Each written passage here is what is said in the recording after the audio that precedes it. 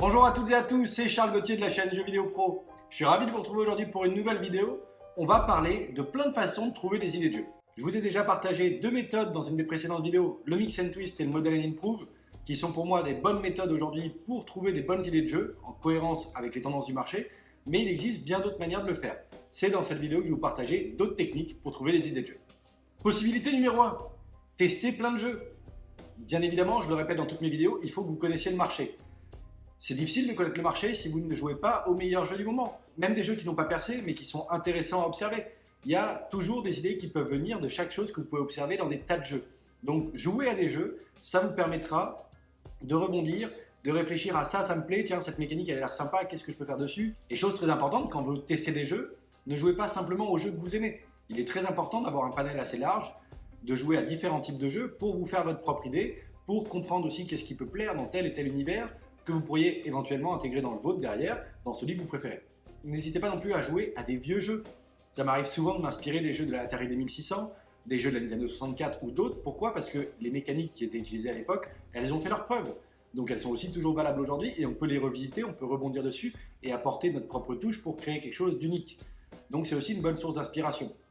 Regardez le marché actuel pour comprendre les tendances, inspirez-vous des tas de jeux auxquels vous jouez et n'hésitez pas à remonter dans le temps pour vous inspirer des anciens gameplays. Et bien que ça puisse paraître bizarre, il y a plein de jeux classiques qui ont été faits avec une seule personne ou avec des petites équipes de développement. Donc n'hésitez pas à aller observer les jeux classiques aussi que vous connaissez. Possibilité numéro 2, on vit dans un monde où on peut voir plein de choses. On a toujours l'œil attiré à droite à gauche. N'hésitez pas non plus à vous inspirer de ce que vous voyez lors de vos balades, lors de vos transports. Peu importe quand, il y a n'importe quelle petite chose dans le quotidien qui peut être source d'inspiration pour créer un jeu. Vous jetez quelque chose par terre, ça rebondit, ça crée des choses un peu inattendues et fun, et ça peut être une source d'inspiration. Vous regardez des oiseaux voler, les mouvements qu'ils peuvent faire peuvent vous donner des inspirations pour un runner par exemple. Il y a plein de choses dans notre quotidien auxquelles on ne fait pas forcément attention, mais qui peuvent être des bonnes sources d'inspiration pour trouver des idées de jeu. Pour être créatif, il faut réussir à connecter des idées entre elles, et une bonne manière de pouvoir le faire et de trouver ces idées, c'est d'observer le monde qui nous entoure. Quand vous trouvez quelque chose d'amusant dans votre quotidien, n'hésitez pas à vous poser la question de est-ce que ça pourrait en faire un jeu? Est-ce que je pourrais revisiter ça pour apporter cette sensation au sein d'un jeu? Et je vous invite fortement d'ailleurs, quand vous êtes dans des phases d'observation de ce type, à prendre un petit carnet et à noter vos idées dedans. Ça vous fera une jolie liste de potentiels hit games et ça vous fera surtout un moyen de pouvoir ne pas oublier vos notes et de rebondir dessus. Souvent, quand on balance une idée et qu'on brainstorm derrière, on rebondit. Vous allez pouvoir faire du brainstorming tout seul grâce à votre petit carnet ou votre appli sur smartphone, ce que vous voulez. Prenez des notes, tout bêtement. En parlant de brainstorming, justement, possibilité numéro 3, essayez de rebondir sur des tas d'idées. Prenez un petit groupe de potes et essayez de discuter ensemble autour de la table de jeux qui peuvent être un peu relatifs à celui que vous voulez créer et brainstormer ensemble là-dessus. Ça vous permettra toujours, en trouvant des sources d'inspiration assez proches, de consolider un peu votre idée sur votre concept, toujours dans l'objectif d'avoir quelque chose d'assez unique et d'original sur le marché. Vous pouvez faire ça avec les membres de votre famille, avec vos amis, avec vos collègues, avec un petit groupe d'amis, d'étudiants avec qui vous avez un projet de faire un jeu. Essayez de passer du temps à brainstormer, ne restez pas bloqué sur vos idées, rebondissez sur les idées des uns des autres et après ce brainstorming, essayez de simplifier tout ça pour en ressortir justement ce qui est utile. Entourez-vous d'autres personnes, quelles qu'elles soient, et travaillez, rebondissez sur des idées ensemble, parce que tout seul, parfois, c'est un peu plus dur d'être avec plusieurs personnes autour d'un sujet commun, ça peut aider. Possibilité numéro 4, si votre rêve c'est vraiment de faire des jeux et que vous pensez souvent à ça, vous pouvez être sûr que vous avez peut-être 10, 15, 20, 100 idées par jour qui peuvent être implémentées dans un jeu ou d'idées de jeux différentes. Prenez un carnet, notez tout. Il ne faut pas oublier tout ce à quoi vous pensez. Pourquoi? Parce que ça va être une très grande source d'inspiration, ça va vous faire une nouvelle boîte à outils, une nouvelle boîte à idées sur laquelle vous allez pouvoir rebondir et retravailler régulièrement dessus. Et chose particulière, c'est qu'en général, quand vous remettez le nez dedans, vous allez trouver parfois des idées que vous avez pu mettre sur papier qui sont devenues des hit games parce qu'il y a un autre créateur de jeu qui a fait quelque chose de similaire. Voilà, donc ça va aussi vous réconforter dans le fait que, tiens, ce à quoi je pense, c'est peut-être pas si bête, ça peut faire ses preuves. Bon, le manque de bol, c'était pas moi qui étais dessus, c'est quelqu'un d'autre. Mais voilà, mais ça aussi, ça vous réconforte. Moi, ça m'arrive régulièrement, en analysant le marché, de voir, tiens, il y avait cette idée-là, mais on avait eu il y a quelques temps, c'était un peu différent, ou c'était très proche, pourquoi on l'a pas fait? Mince. Alors ça peut être frustrant, mais il faut plutôt le voir du côté positif, c'est encourageant, parce que ça veut dire que vos idées sont de plus en plus bonnes et de plus en plus en cohérence avec les besoins du marché et les hit games qui peuvent en sortir. Possibilité numéro 5, essayez d'utiliser des éléments visuels. Vous connaissez peut-être le mind mapping, voilà, de manière à présenter sur un tableau ou sur une feuille vos idées, les relier Essayez de faire ça parce que ça vous permettra de mettre au propre vos pensées plutôt que d'avoir juste quelque chose qui tourne dans votre tête et d'avoir un document sur lequel vous penchez derrière pour performer davantage et pour rebondir au mieux sur les idées que vous avez. Possibilité numéro 6, faites des recherches. Ouvrez n'importe quel moteur de recherche, allez taper quelques mots-clés qui pourraient être susceptibles d'être compatibles avec les modes de jeu que vous voulez faire et observez, regardez, lisez. Vous allez certainement rebondir aussi sur des idées qui viennent d'autres personnes à votre façon pour trouver quelque chose d'unique. Et là, si vous faites des recherches, il y a plein de façons de le faire. Allez visiter les pages de l'App Store, les pages du Play Store, allez voir les nouveautés mises en avant par Apple ou par Google, allez voir les jeux préférés de ces stores-là, allez voir ceux qui sont dans les top charts. Inspirez-vous de tout ça.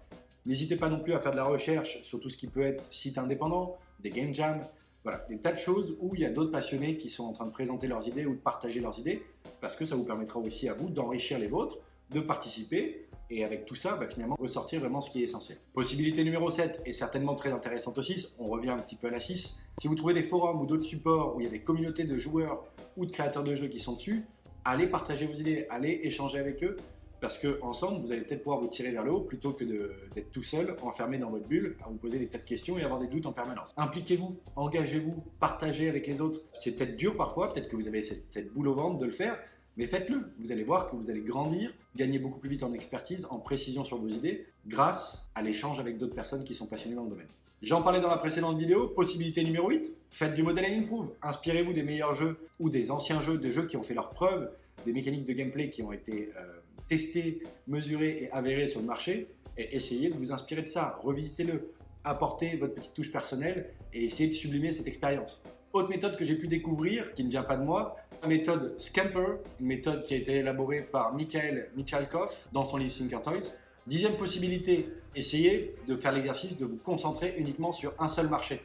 Par exemple, prenez vraiment les hyper casual games sur un seul genre, allez voir les jeux arcade, les jeux action, les puzzles, bref, peu importe, ceux qui peuvent vous intéresser, ceux sur lesquels vous avez pas mal d'idées, et restez concentré là-dessus. Ce sera vos contraintes, votre périmètre d'action. Ça permet aussi parfois de focaliser un peu ces idées dans un périmètre donné et donc de ne pas partir dans tous les sens. C'est aussi une bonne méthode parfois pour trouver des bonnes idées de jeu sur un genre en particulier. Autre possibilité, si jamais vous êtes sur Unity, sur Unreal, sur Buildbox, sur d'autres jeux, il y a certainement des presets ou des templates qui existent. N'hésitez pas à les prendre. En général, si ces outils, si ces logiciels ont proposé ces templates, c'est que c'est des templates qui ont pu faire leurs preuves.